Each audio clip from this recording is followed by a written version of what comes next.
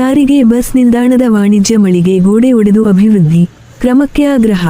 ಹೌದು, ಇದು ಚಳ್ಳಕೆರೆ ನಗರದ ಸಾರಿಗೆ ಬಸ್ ನಿಲ್ದಾಣದಲ್ಲಿ ಸಾರಿಗೆ ಇಲಾಖೆಯಿಂದ ನಿರ್ಮಿಸಲಾದ ವಾಣಿಜ್ಯ ಮಳಿಗೆಯನ್ನು ಬಾಡಿಗೆ ಪಡೆದವರು ಪೂರ್ವಾನುಮತಿ ಇಲ್ಲದೆ ಗೋಡೆ ಒಡೆದು ಬೇಕಾಬಿಟ್ಟಿ ಬದಲಾವಣೆ ಹಾಗೂ ಅಭಿವೃದ್ಧಿ ಕಾರ್ಯ ಕೈಗೊಂಡಿರುವ ಘಟನೆ ಬೆಳಕಿಗೆ ಬಂದಿದೆ.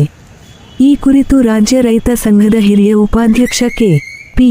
ಭೂತಯ್ಯ ತೀವ್ರ ಆಕ್ರೋಶ ವ್ಯಕ್ತಪಡಿಸಿ, ಸರಕಾರಿ ಆಸ್ತಿಯನ್ನು ವೈಯಕ್ತಿಕ ಸ್ವತ್ತಿನಂತೆ ಬಳಸುವುದು ಸರಿಯಲ್ಲ.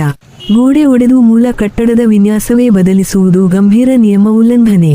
ತಕ್ಷಣ ಪರಿಶೀಲನೆ ನಡೆಸಿ ಹೊಣೆಗಾರರ ವಿರುದ್ಧ ಕ್ರಮ ಕೈಗೊಳ್ಳಬೇಕು ಎಂದು ಒತ್ತಾಯಿಸಿದ್ದಾರೆ.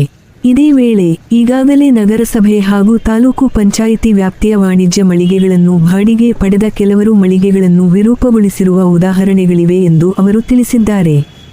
ಸಾರಿಗೆ ಇಲಾಖೆ ಹಾಗೂ ಸಂಬಂಧಿತ ಅಧಿಕಾರಿಗಳು ತಕ್ಷಣ ಸ್ಥಳ ಪರಿಶೀಲನೆ ನಡೆಸಿ ಅನುಮತಿ ಇಲ್ಲದೆ ಕಟ್ಟಡ ಬದಲಾವಣೆ ಮಾಡಿದವರ ವಿರುದ್ಧ ಕಾನೂನು ಕ್ರಮ ಜರುಗಿಸಬೇಕು.